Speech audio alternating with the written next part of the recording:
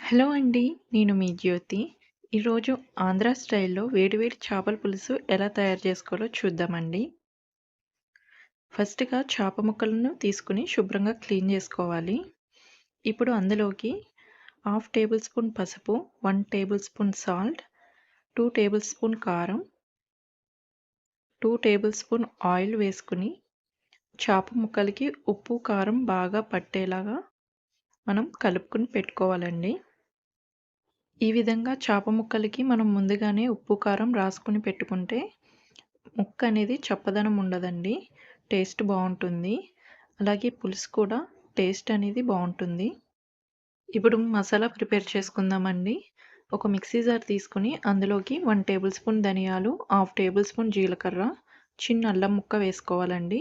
అల్లం అనేది కొద్దిగానే వేసుకోవాలి. వెల్లుల్లి ఎక్కువ వేసుకోవాలండి. ఒక 10, 15 వెల్లుల్లి రెమ్మలు వేసుకోండి.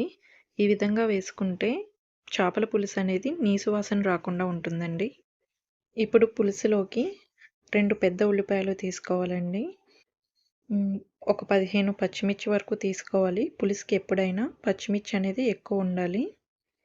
ఇప్పుడు ఉల్లిపాయలను కట్ చేసుకొని కచ్చా పచ్చాగా పేస్ట్ చేసుకోవాలండి. ఈ విధంగా చేసుకోవాలి. ఇప్పుడు చింతపండును నానబెట్టుకుందాం. ఒక గుప్పెడంత చింతపండును తీసుకుని శుభ్రం చేసుకుని వాటర్ పోసుకుని నానబెట్టుకోవాలండి. ఇప్పుడు వెడల్పాటి పాన్ తీసుకోవాలి. చేపల పులుసుకి ఎప్పుడైనా సరే పాత్ర అనేది వెడల్పుగా ఉండాలండి. ఇప్పుడు అందులోకి ఒక పావు కప్పు ఆయిల్‌ని వేసుకోవాలి. ఆయిల్ హీట్ అయిన తర్వాత అందులోకి కట్ చేసి పెట్టుకున్న పచ్చిమిర్చి వేసుకోవాలి. ఇప్పుడు అందులోకి ఒక చిటికెడు మెంతులు వేసుకోండి. మెంతులు వేసుకుంటే పులుసుకి టేస్ట్ బావుంటుంది. ఇప్పుడు అందులోకి ఆనియన్ పేస్ట్ వేసుకొని ఆనియన్ పేస్ట్‌ని మంచిగా వేగించుకోవాలండి. ఆనియన్ పేస్ట్ వేగిన తర్వాత అందులోకి మసాలా పేస్ట్ కూడా వేసుకోవాలి. దానిని కూడా లైట్‌గా వేగించుకోవాలి. పులుసుకి ఎప్పుడైనా సరే బాగా వేగించకూడదు. కొద్దిగా వేగితే సరిపోతుందండి. కొద్దిగా మసాలా పేస్ట్ వేగిన తర్వాత అందులోకి మనం ప్రిపేర్ చేసి పెట్టుకున్న చేప ముక్కల్ని యాడ్ చేసుకోవాలండి. ఇప్పుడు అందులోకి వాటర్‌ని యాడ్ చేయాలండి. ముందుగానే పులుసు వేయకూడదు. ఇలా వాటర్‌లో కొద్దిగా ముక్క ఉడికాక అప్పుడు పులుసు యాడ్ చేసుకోవాలండి. ఇప్పుడు ముక్క ఉడికాక చింతపండు పులుసుని యాడ్ చేసుకోవాలండి. ఈ విధంగా చేస్తే గనక మీకు చేపల పులుసు అనేది చాలా టేస్టీగా ఉంటుంది. ఈ టిప్ అనేది గుర్తుపెట్టుకోండి. ఇలా నెమ్మదిగా గరిటెతో నేను చేస్తున్న విధంగానే కలుపుకోవాలండి. ఫాస్ట్‌గా కదిపేస్తే ముక్క విరిగిపోయే ఛాన్స్ ఉంటుందండి.